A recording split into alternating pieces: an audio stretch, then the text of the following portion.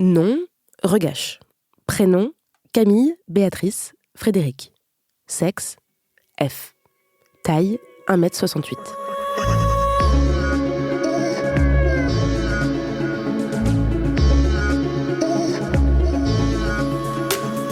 J'ai beaucoup ri de ma carte d'identité. Ma photo est allongée, elle me donne une tête pas très humaine.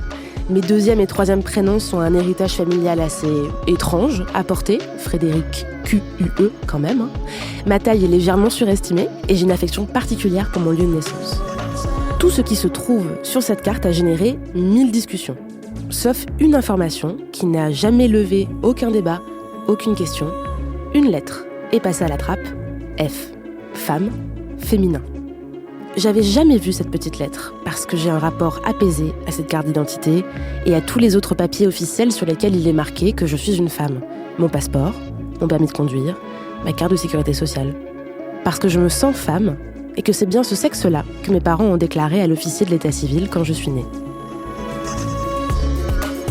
C'est pas le cas de tout le monde. Et lorsque c'est pas le cas, avoir des papiers d'identité qui ne correspondent pas à son genre, lorsqu'on est une personne trans par exemple, c'est toute une vie qui est bouleversée. Parce que ce M ou ce F, si on regarde bien, au quotidien, on vous le demande partout. Mais est-ce qu'on en a vraiment besoin ?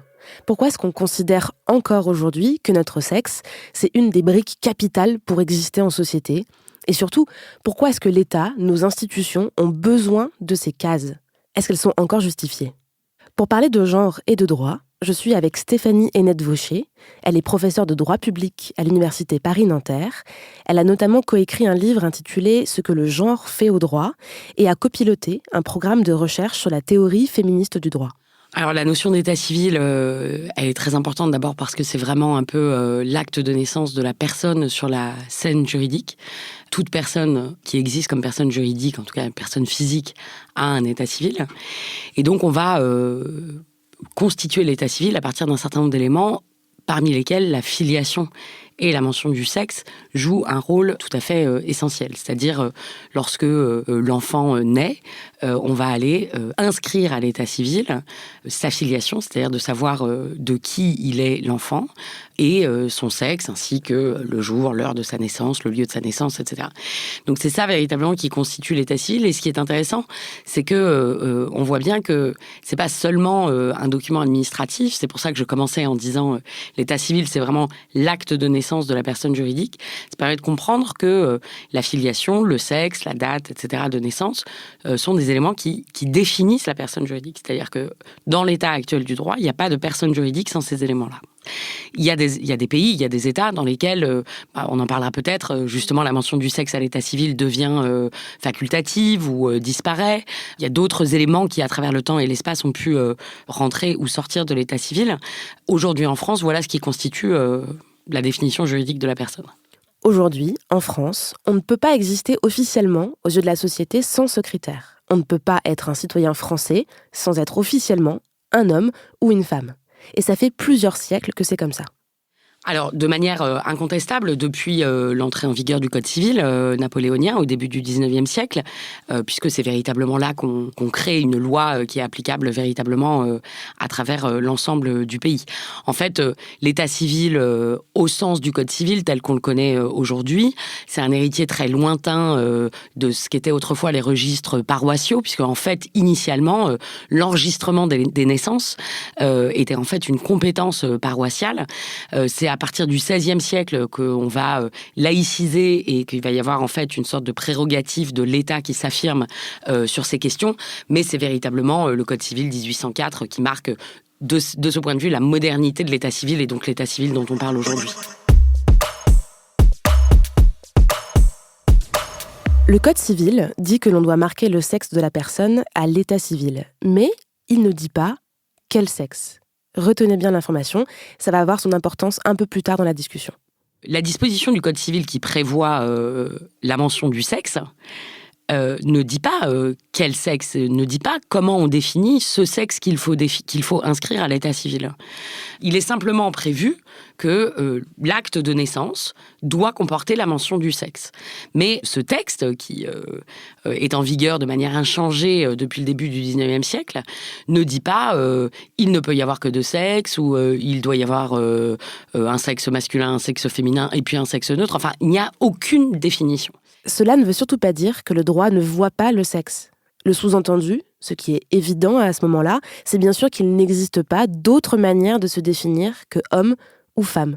C'est tellement évident que cela ne se précise pas. Mais le fait qu'il existe deux sexes différents, avec des droits différents d'ailleurs, ça se voit quand même dans les textes juridiques. En fait, en cascade de la mention du sexe à l'état civil, la législation civile, mais aussi au-delà, les droits civils et politiques, etc., ont pu longtemps être écrits sur le fondement d'énoncés spécifiques pour les hommes et pour les femmes, ou pour l'épouse et l'époux, ou pour la mère et le père, d'accord ? Mais donc, on avait toute une série de notions présentes dans les énoncés juridiques qui renvoyaient à cette division sexuelle ou à cette distinction sexuelle fondamentale. Et oui, ça fait toujours du bien de le rappeler, mais pendant longtemps, les droits des femmes et les droits des hommes, c'était pas les mêmes. Pour voter, pour être élu, pour travailler, pour ouvrir un compte en banque. Et pour la première fois, en 1945... Les bureaux de vote, malgré tout l'appareil solennel du tapis vert, de l'isoloir et de l'urne, sont devenus très féminins puisqu'au nombre des électeurs s'ajoute pour la première fois la foule des électrices. Je suis très fière de voter et j'espère que toutes les femmes auront rempli leur devoir. 1965, elle peut exercer une profession sans l'autorisation de son mari. Elle peut gérer ses biens. Je voudrais ouvrir un compte en banque. Que faut-il que je fasse ? Bien madame, il faudrait que vous nous présentiez une carte d'identité et une autorisation maritale. 1972, reconnaissance du principe travail égal, salaire égal.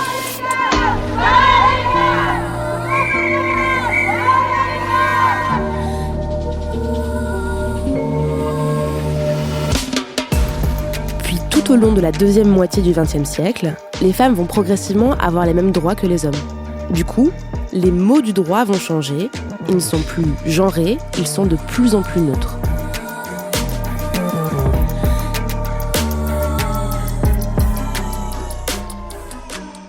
Un des mouvements très profonds qui a affecté la législation française, mais aussi la législation dans de très nombreux pays européens ou au-delà, au cours des dernières décennies, ça a été un mouvement de neutralisation des énoncés juridiques du point de vue de cette distinction.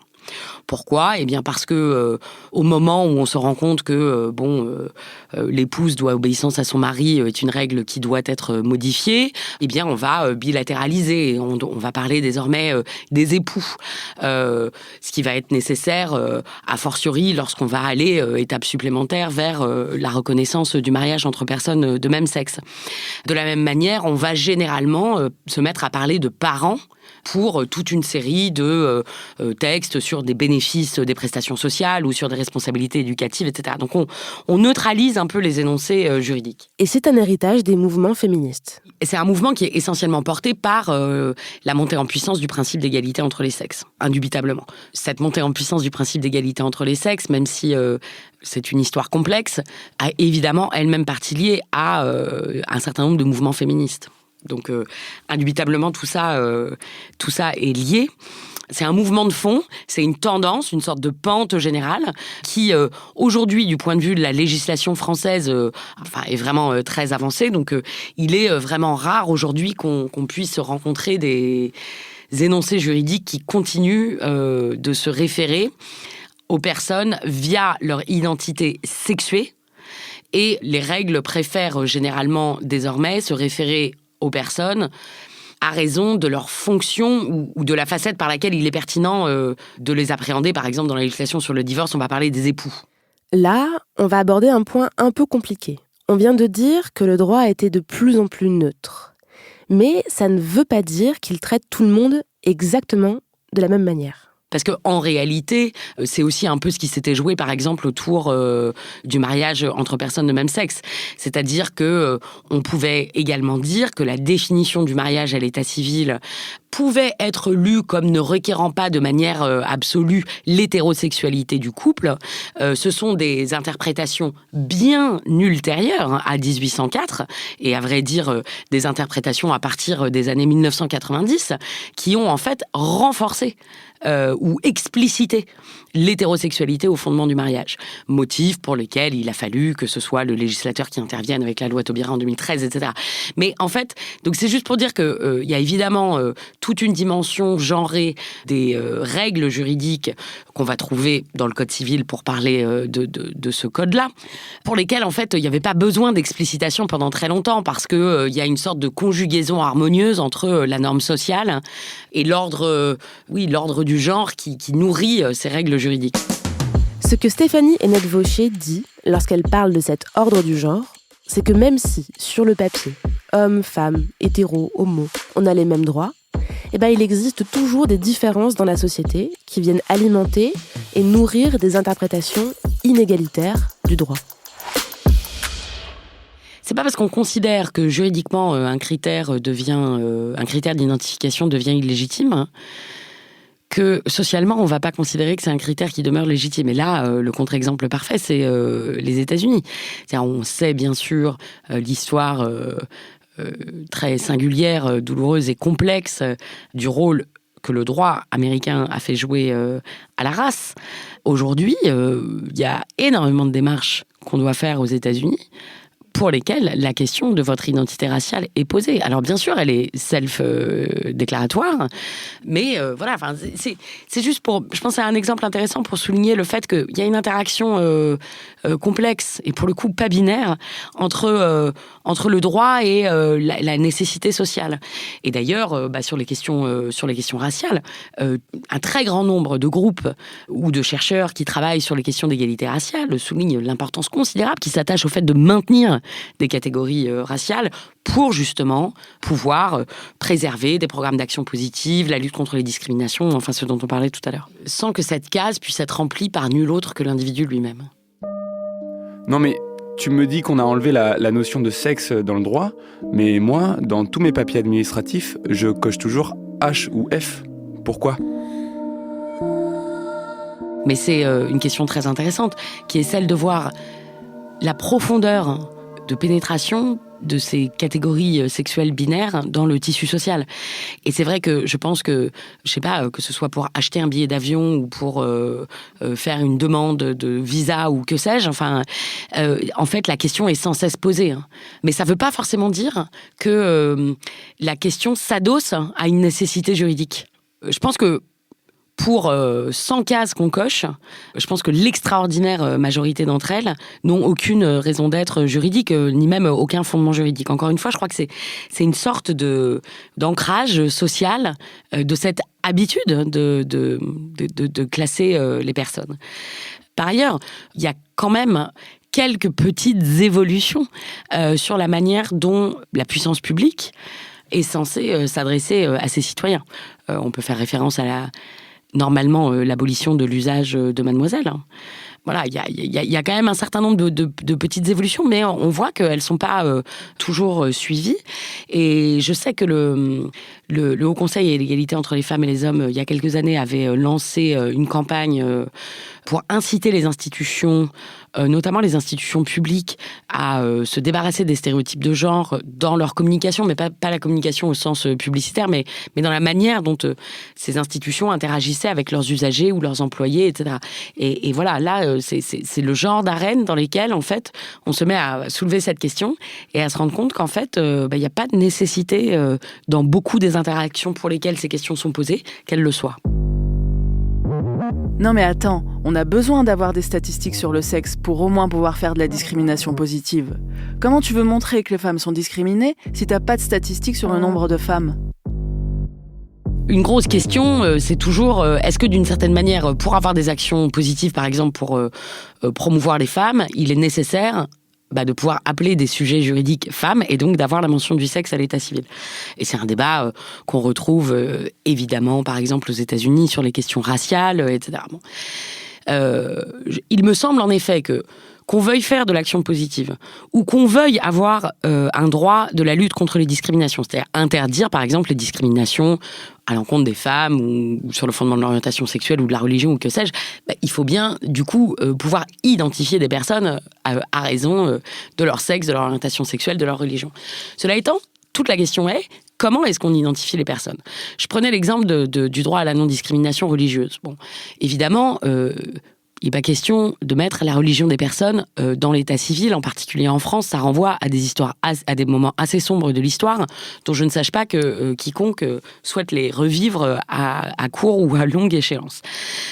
Est-ce que ça veut dire pour autant qu'on ne peut pas avoir de droit de la non-discrimination sur le fondement de la religion ? Non. Pourquoi ? Parce qu'en fait, on permet simplement aux personnes de se déclarer au moment où c'est utile, dans le cadre, par exemple, d'une action en discrimination, de déclarer qu'elles sont de telle ou telle confession et que c'est à raison de cela qu'elles ont subi un traitement défavorable. Donc, de la même manière, on pourrait très bien considérer que le sexe, sans être mentionné à l'état civil, pourrait être invoqué de manière autonome et spontanée par la personne concernée, si et quand elle le juge utile, pour bénéficier d'une action positive ou d'une protection contre une discrimination. Non, mais c'est grâce à ça qu'on a eu la parité en politique, par exemple.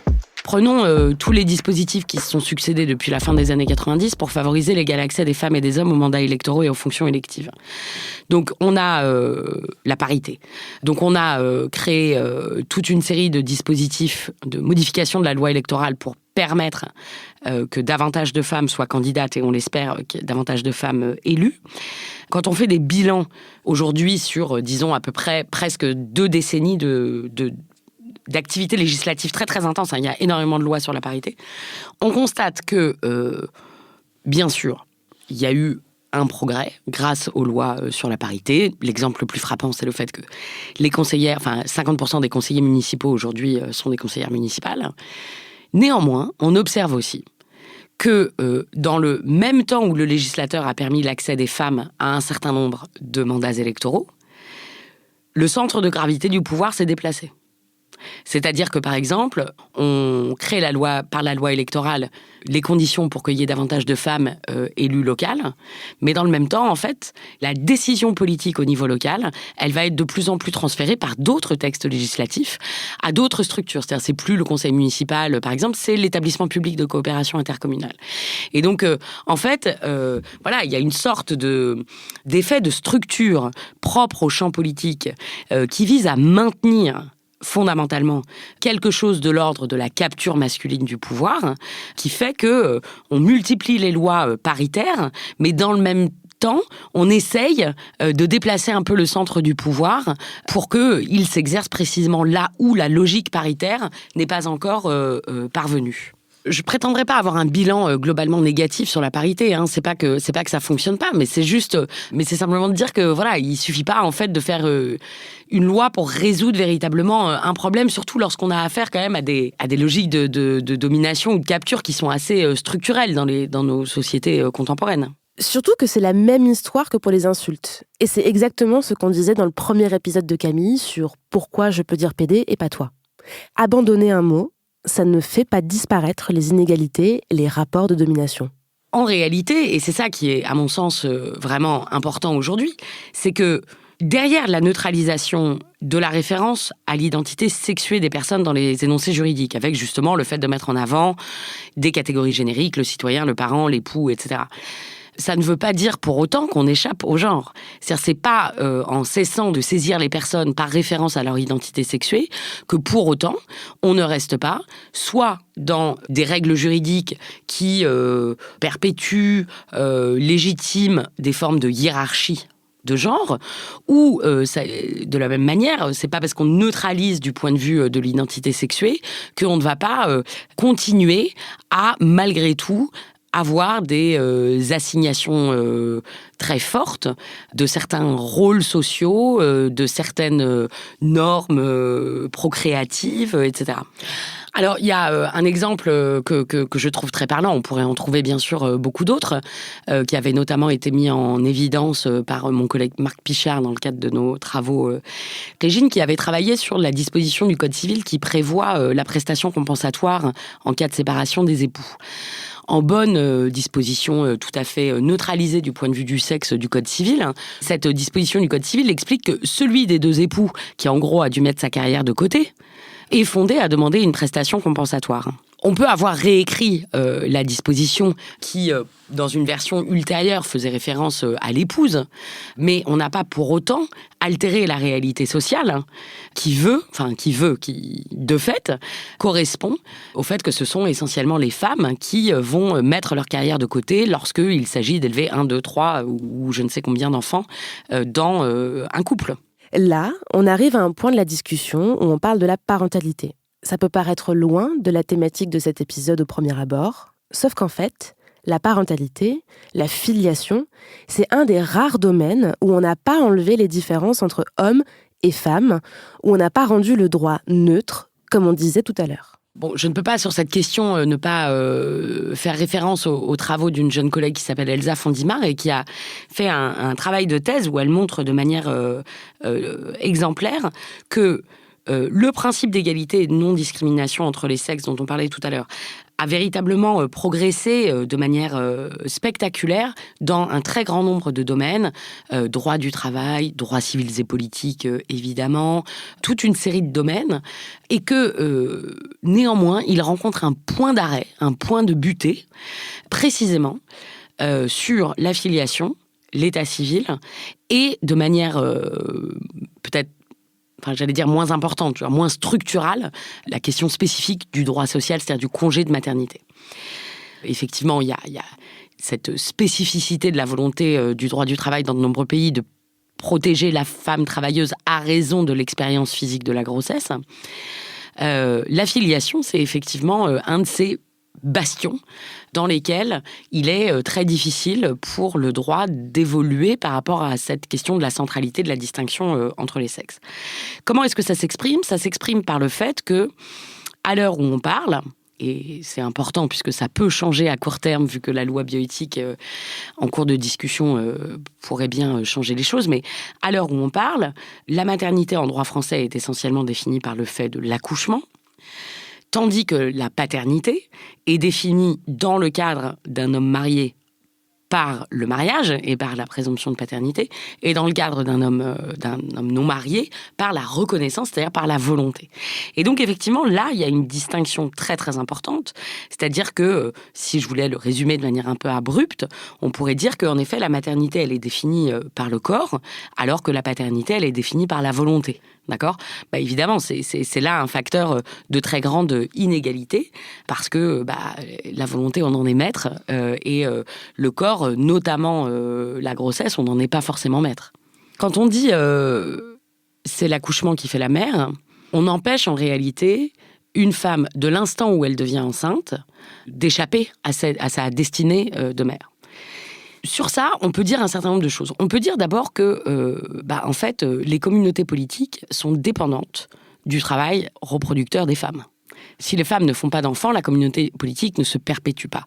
Et on peut, d'une certaine manière, avoir une lecture très théorie politique de cette règle juridique « et mère, celle qui accouche », qui est simplement de dire, les communautés politiques ont besoin pour leur propre survie que les femmes, d'une certaine manière, soient enchaînées à la maternité. Ce qui permet aussi d'expliquer pourquoi il a été si complexe et si lent de parvenir à la légalisation de la contraception, à la légalisation de l'avortement, et pourquoi ces questions sont loin d'être résolues dans beaucoup d'espaces du monde. Alors bien sûr, à supposer qu'on puisse le lire de cette manière, depuis les années 70 en France, c'est-à-dire depuis la loi Veil, tout ça est extrêmement fragilisé, parce qu'il s'agit malgré tout d'aller vers la reconnaissance d'une autonomie toujours plus grande des femmes sur leur destin procréatif. Et puis, en outre, avec les évolutions parallèles, acceptation de l'homosexualité, évidemment, avec la loi Taubira de 2013, discussion contemporaine sur la possibilité d'ouvrir l'accès à l'assistance médicale à la procréation aux femmes et aux couples de femmes, évidemment, on voit bien que qu'est-ce qui se profile ici ? C'est que l'idée qu'on a acceptée finalement depuis longtemps pour les hommes, que la maternité pouvait être un choix, mais pas seulement au sens de planification des naissances, mais aussi au sens de maternité d'intention, c'est-à-dire y compris sans engagement physiologique ou avec un engagement physiologique réduit à la fourniture de gamètes, c'est-à-dire réduit à l'engagement génétique, et bien évidemment, tout ça crée un trouble considérable dans la rigidité, la certitude, la simplicité d'une certaine manière de la règle selon laquelle la mère fait l'accouchement. Le droit n'a plus vraiment besoin aujourd'hui d'hommes et de femmes, mais il a toujours besoin de père et de mère. Parce qu'il y a un enjeu politique et parce qu'on a décrété que la binarité du sexe, homme-femme, c'était une des bases de notre société. Et là, c'est pas moi qui le dis. C'est la Cour de cassation qui a rendu l'arrêt suivant en mai 2017 en réponse à la demande d'une personne intersexe de faire mentionner sexe neutre à la place de sexe masculin sur son état civil. La loi française ne permet pas de faire figurer dans les actes de l'état civil l'indication d'un sexe autre que masculin ou féminin. La Cour précise que, dans les actes d'état civil, il n'existe que 2 mentions relatives au sexe, masculin, féminin.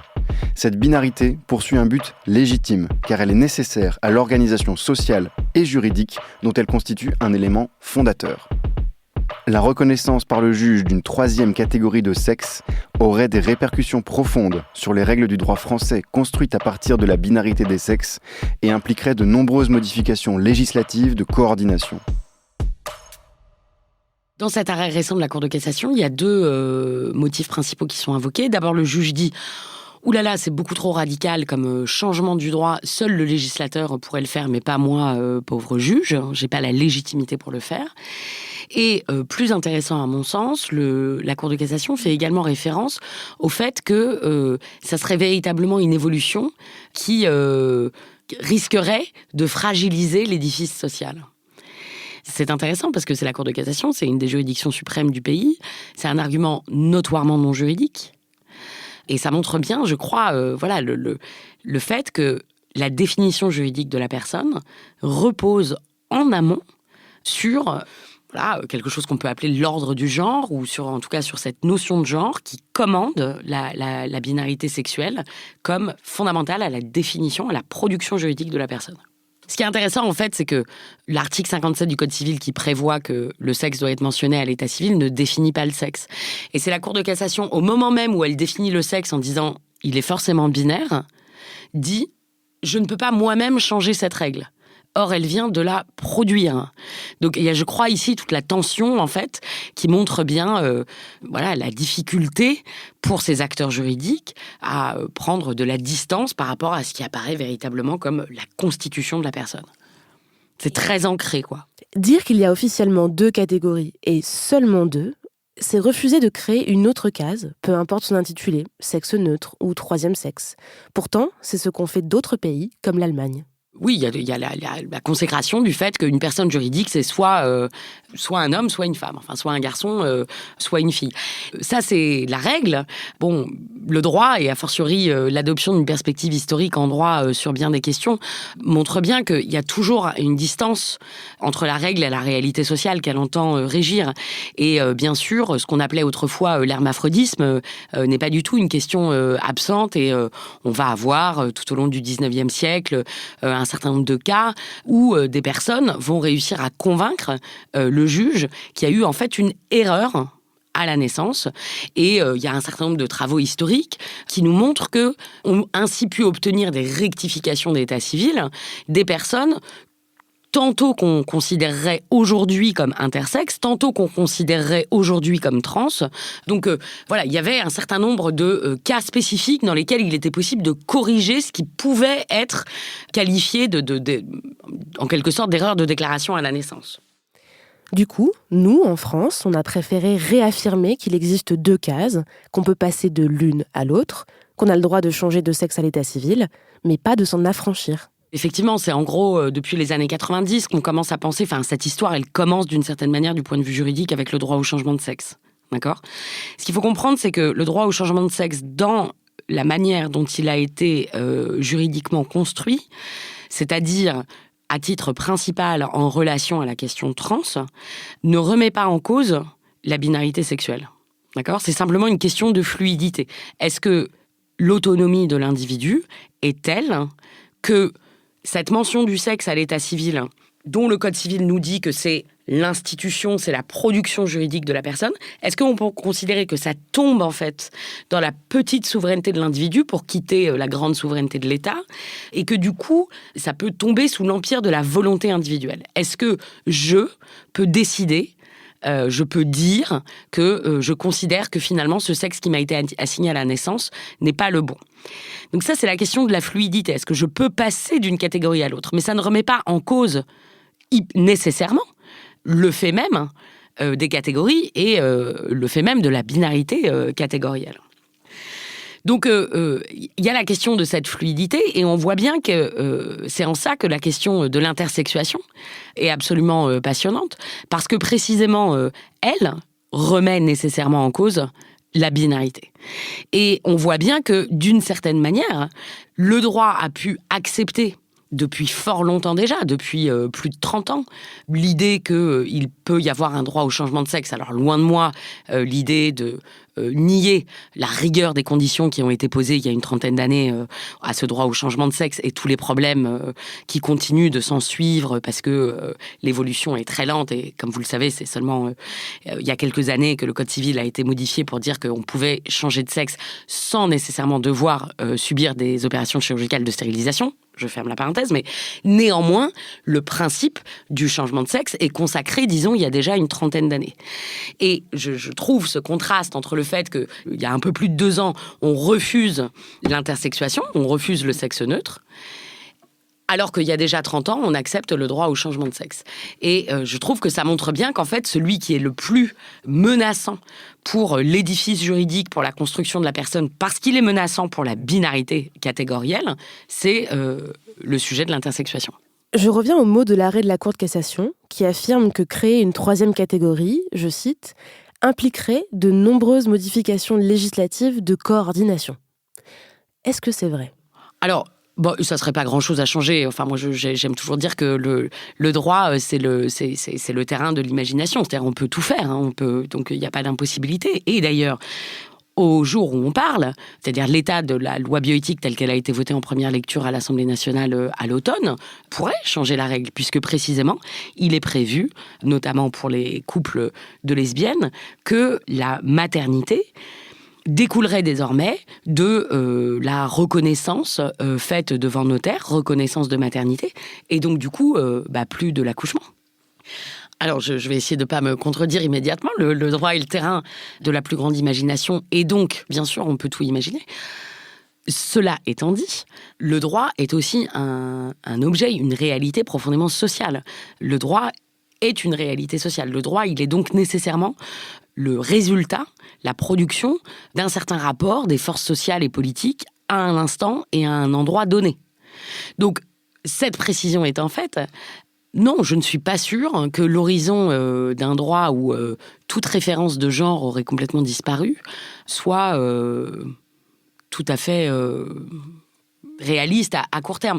À vrai dire, je crois que ça pose aussi une autre question qui est de savoir véritablement.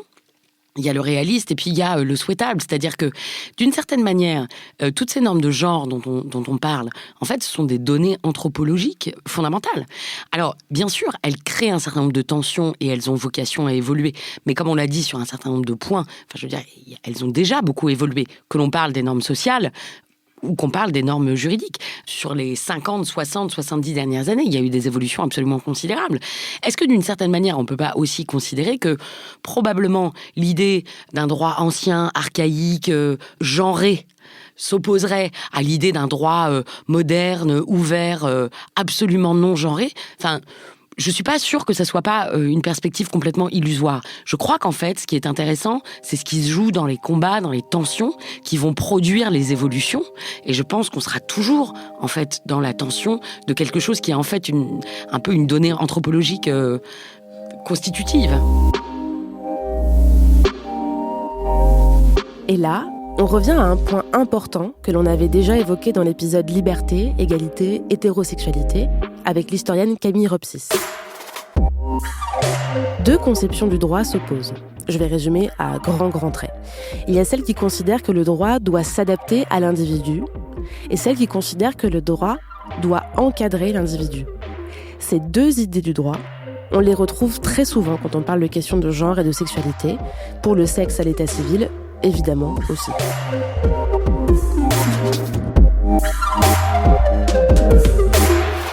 Effectivement, je pense que ce monde de pleine fluidité, de pleine liberté, etc., il n'y a aucune raison de considérer qu'il n'est pas souhaitable.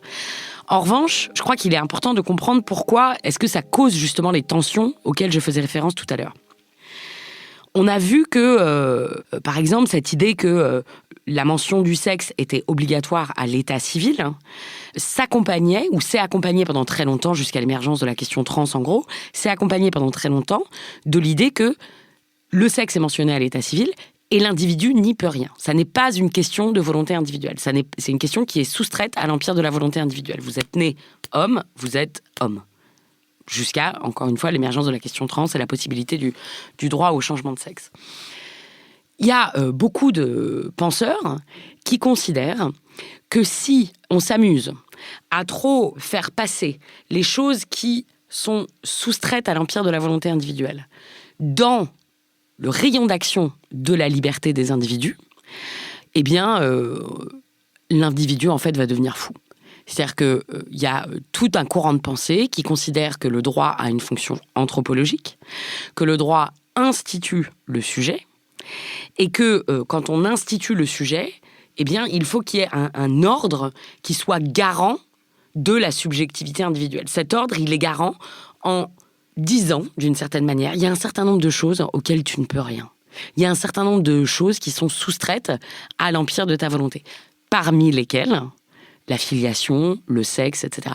Et c'est ça, en fait, fondamentalement. Enfin, je suis pas sûre que ça soit la seule manière de raconter les résistances du droit à tous ces mouvements de fluidification, de subjectification du sexe, de l'identité de genre, des sexualités, des parentalités, etc. Donc, encore une fois, je suis pas sûre que ça soit la seule raison, mais en tout cas, c'est une raison très, très importante, qui est vraiment cette croyance dans le fait que le droit a une fonction qui est d'instituer le sujet, que instituer le sujet, c'est l'inscrire dans un certain nombre de limites, et que si on oublie ces limites, eh bien, en fait, ce qui va se passer, c'est que le sujet va devenir fou, ou que la société va s'effondrer. Ce qui est d'ailleurs un peu ce que dit la Cour de cassation dans l'arrêt sur l'intersexuation. J'espère que toutes ces réflexions vous permettront de voir différemment vos papiers d'identité. Et en guise de conclusion, une dernière interrogation. Quelle est l'instance compétente pour définir l'identité sexuelle, l'identité de genre ? Voilà, on est probablement à un moment de transition entre cette institution de l'état civil où c'est tout un appareil étatique, médical, etc., qui va produire votre identité sexuelle, à une période où on va considérer que définir son appartenance sexuelle, c'est quelque chose qui relève de l'autonomie du sujet. On est sur cette pente-là, encore une fois, avec toutes les résistances dont on a vu qu'elles sont rigoureuses et vigoureuses, dont on a parlé, mais on est sur cette pente-là.